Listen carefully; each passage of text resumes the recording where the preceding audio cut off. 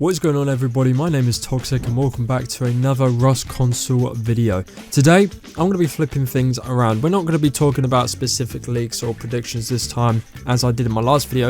We're going to be talking about updates I personally think Rust console needs, and if I was put in charge at Double 11 for Rust console in bringing updates to the game. These are changes that could make the game smoother, fairer and way more fun for everyone, so from solos to big clan players. We're talking things like faster looting, a proper companion app trained in underground networks, more populated servers and even recoil tweaks that make gunfights feel more balanced across the board. Basically, these aren't like wild fantasy ideas that I've got, they're all realistic improvements that Double 11 could implement and absolutely bring to console with the tech that we've got now being new gen. So without further ado, let's get into it. Just before that, I wanted to touch upon the updates for Rust console. Obviously we had the roadmap, we know Arctic Base, which is a new monument that is coming to the snow biome, which is brilliant. We're going to be getting new things such as new transportation systems, we're going to be getting new skins. It's going to be good, right? But at the moment it's been pretty stale in terms of communication. I've been asking Pedro, I've been asking Double 11, what sort of updates can we cover on updated related channels such as like me, Jade Monkey, Rust Raiden on TikTok, and really there's been little to no communication, which has been sort of concerning from my point of view anyway, because a lot of people are asking for change, they're always asking for change, and as well even just having a no to a question is better than nothing. Back when September 2024, when we had literally zero communication, now we have this sort of content creator program. I was sort of wishing for more communication between us and the development team. Again, even if it was a no, at least we got an answer to just clarify with us and also clarify with you watching our videos. So first up, faster looting. This one is actually wildly popular amongst the community right now.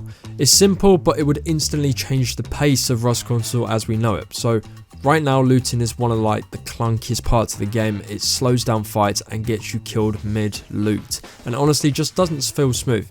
If you've ever played Minecraft on console, you'll know what I mean when I say we need a free cursor looting system, something that lets us move items freely with an analog stick. It can be done, it's very much possible.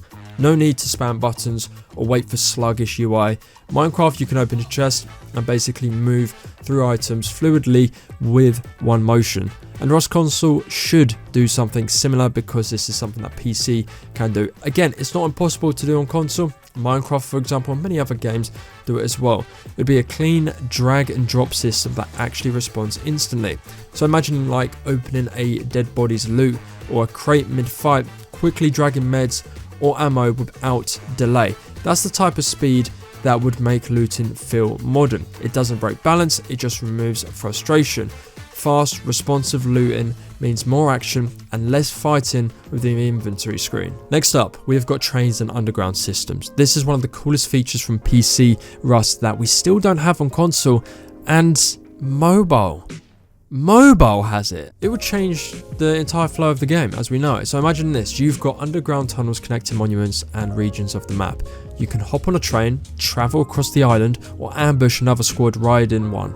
It's not just for travel, it also creates new PvP opportunities, raid strategies, and base defense ideas.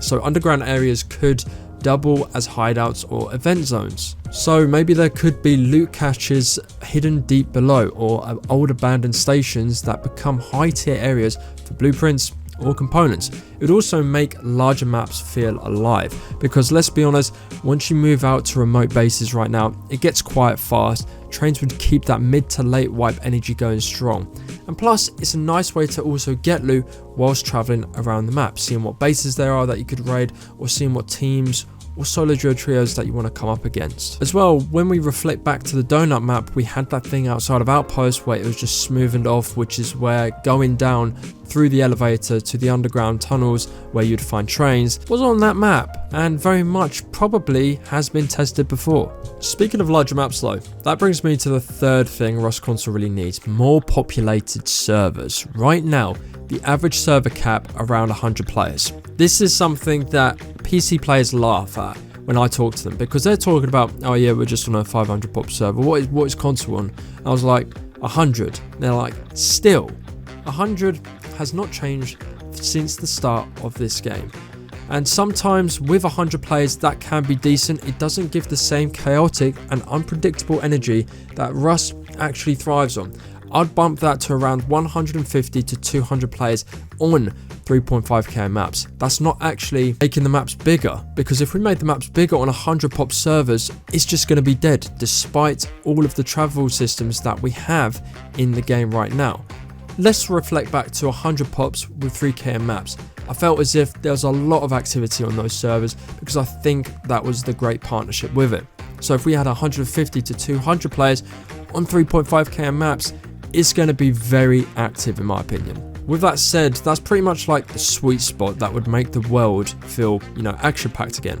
More fights, more encounters, and more stories being created every single wipe. So when you join a Rust server, you want to feel like you're surviving in a living world, not just running into the same 5 bases over and over again. Bigger population caps would fix that. It would also mean more community clusters, more trading, and honestly, just more replayability. Especially with next gen consoles, it is finally possible. And a lot of you, don't get me wrong, like 3.5k maps and 100 pop, and you have your own reasons, and I respect that. I'm not saying where we're at is totally wrong, but having 3.5k maps with 100 players, the game does feel different compared to when we had 3k maps with 100 players. A lot of people seem to think that, the servers are dead.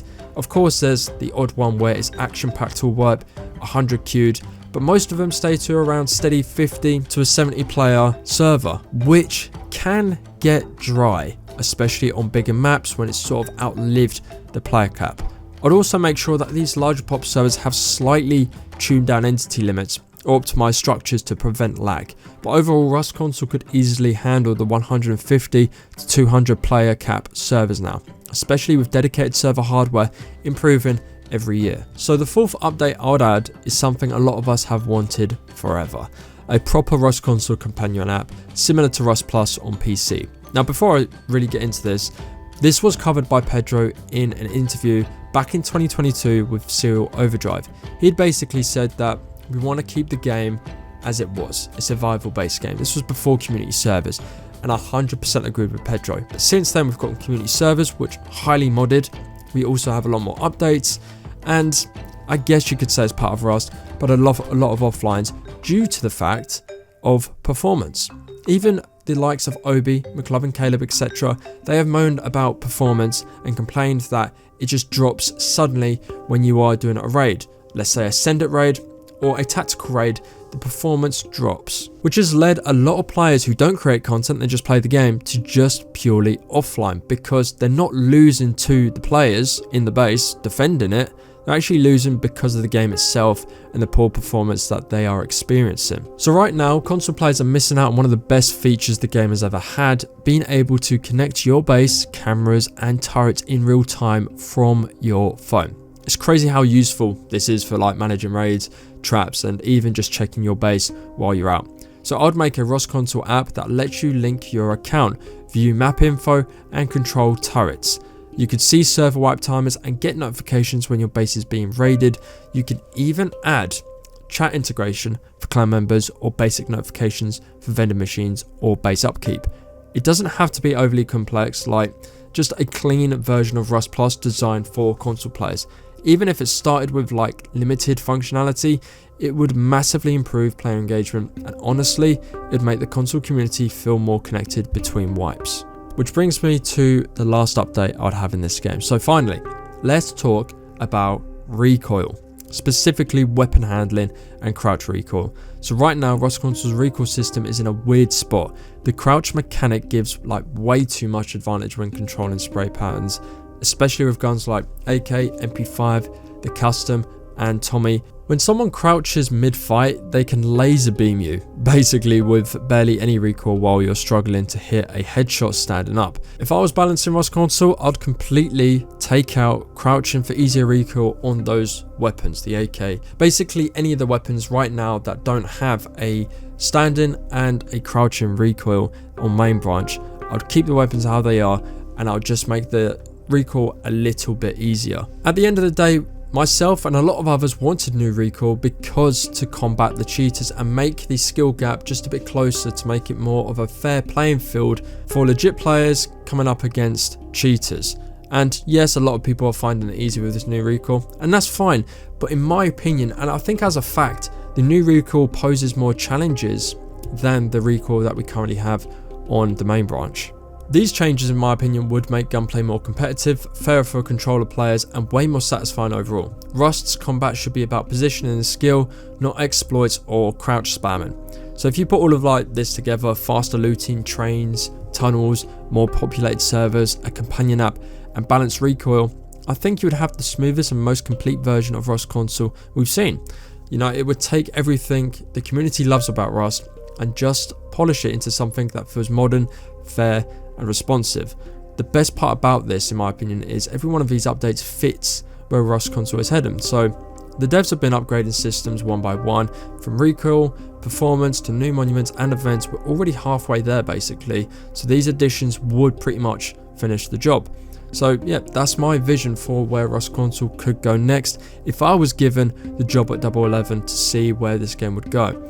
If you could add one feature to the game tomorrow, what would it be? Let me know down below. Maybe it's faster looting, maybe it's trains, maybe it's a full map expansion with 200 players. I'd love to hear what you guys think in the comment section, because at the end of the day, the game's potential is massive. And of course, we all know that. That's why we're playing this game and we enjoy playing it. So if you enjoyed this video, be sure to leave a like, subscribe if you're new around here. And if you agreed with any of the ideas, let me know in the comment section below.